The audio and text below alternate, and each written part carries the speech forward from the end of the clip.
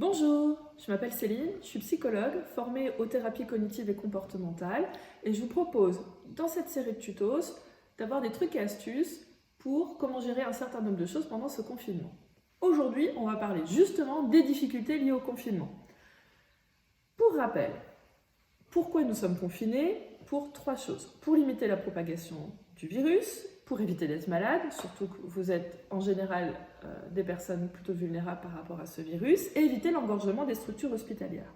Si vous aidant êtes pleinement conscient de cette réalité, vous savez comme moi que pour votre proche, ça peut être très compliqué à comprendre, ou il peut ne pas s'en rappeler, ne pas s'en souvenir, et donc demander régulièrement pourquoi on est confiné à la maison, pourquoi on ne fait plus les activités habituelles, pourquoi on ne va plus à l'accueil de jour notamment, et ça peut être extrêmement angoissant, et donc forcément être source de retrait ou d'agitation, voire d'agressivité.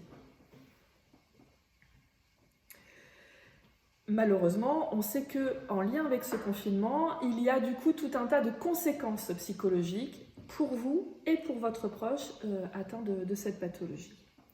Alors, je vous propose déjà qu'on fasse le tour des conséquences pour votre proche. Mais ça, vous les observez tous les jours comme moi. Pour votre proche, ça occasionne une majoration de son stress, peut-être une majoration des symptômes, notamment des symptômes qu'on a déjà évoqués dans d'autres tutos, comme la perte du jugement, les troubles de l'orientation, mais aussi une augmentation des hallucinations, des troubles de la perception, et bien sûr, toujours pareil, une augmentation de l'agitation, du retrait et de l'agressivité. Alors, dans ces cas-là, comment faire pour l'apaiser au mieux par rapport à ces troubles-là? Lui proposer des activités régulières. L'objectif n'est pas que ces activités soient réussies, mais qu'elles lui occupent l'esprit.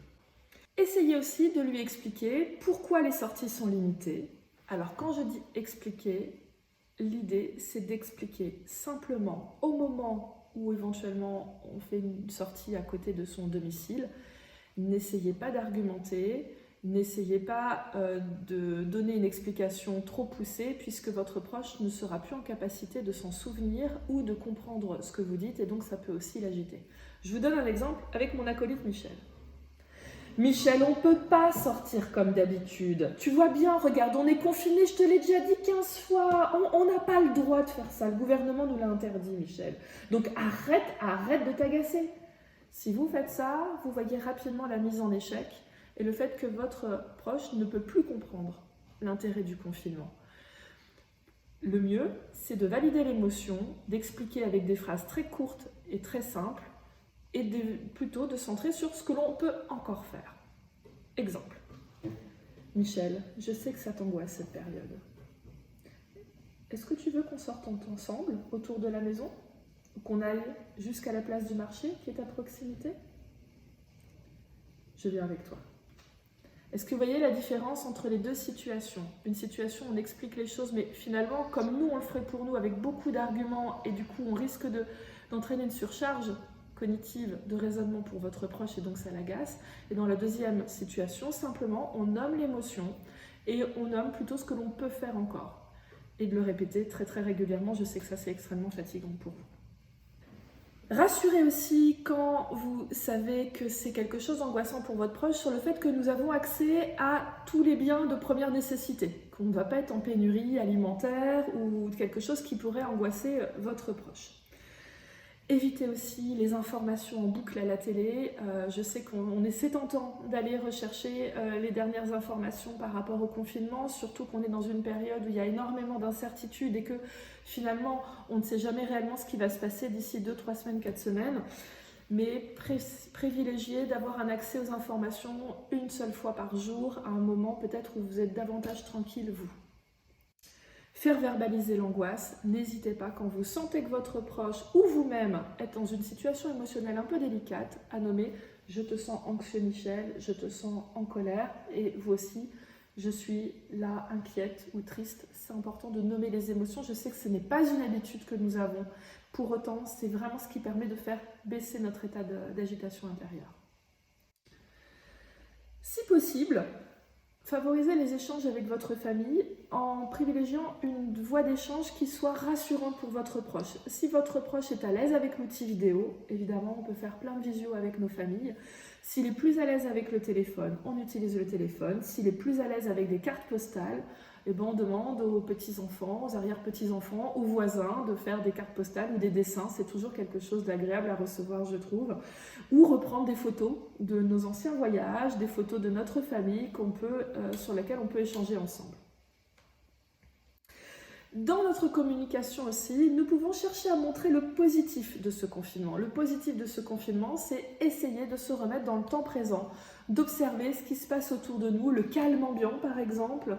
Si on habite la campagne ou qu'on a la possibilité d'un jardin, d'avoir retrouvé le chant des oiseaux, le ciel qui est bleu en plus depuis quelques semaines, le changement printanier de la nature, les fleurs sur les arbres.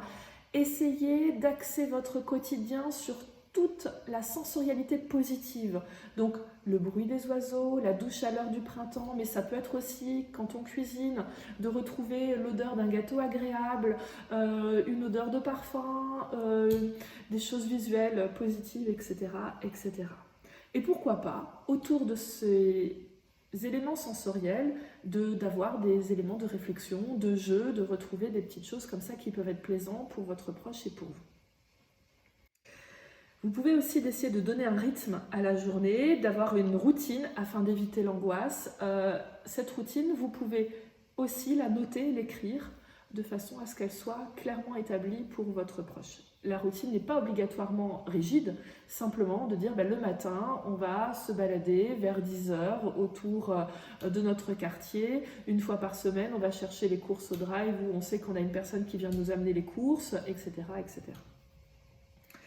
Ça permet aussi la routine d'améliorer les repères dans le temps et dans l'espace. Écoutez de la musique, si cela est quelque chose d'agréable pour vous et pour votre proche, de voir les musiques qui sont agréables ou peut-être des émissions de radio agréables si ça ne procure pas des éléments hallucinatoires pour votre proche. Et ne pas hésiter, pour nos accueillis, à nous appeler l'accueil. Nous sommes ouverts, nous avons une permanence pour vous écouter si vous avez besoin de nous. Donc ça, c'était pour vos proches et pour vous aidants. J'ajouterai quelque chose aussi, quelques petits trucs pour vous. Je sais que c'est extrêmement compliqué, que vous êtes sollicité H24 par votre proche qui est peut-être plus angoissé encore que d'habitude et vous avez moins d'aide qu'habituellement puisque les accueils notamment sont fermés. Quand il y a un temps de pause, que votre proche dort ou est calme devant la télé ou est en train de faire une activité en autonomie, ce temps-là pour vous doit être un temps de repos et de ressources. Si faire la vaisselle pour vous, c'est un temps de ressources, très bien. Si ce n'est pas un temps de ressources, vous faites quelque chose qui soit plus agréable. Et j'ai envie de vous dire, ce qui est frustrant pour vous, c'est de devoir faire le choix entre une activité ressource et une corvée du quotidien. J'ai envie de vous dire que la ressource pour moi en ce moment est plus importante parce que vous avez besoin de garder vos forces. Donc je sais que c'est frustrant quand notre ménage n'est pas fait ou que notre vaisselle n'est pas faite. Pour autant, vous devez prendre soin de vous parce que c'est important que vous gardiez vos forces dans ce qui se passe aujourd'hui. J'espère que ces idées ont pu vous aider un peu en cette période de confinement.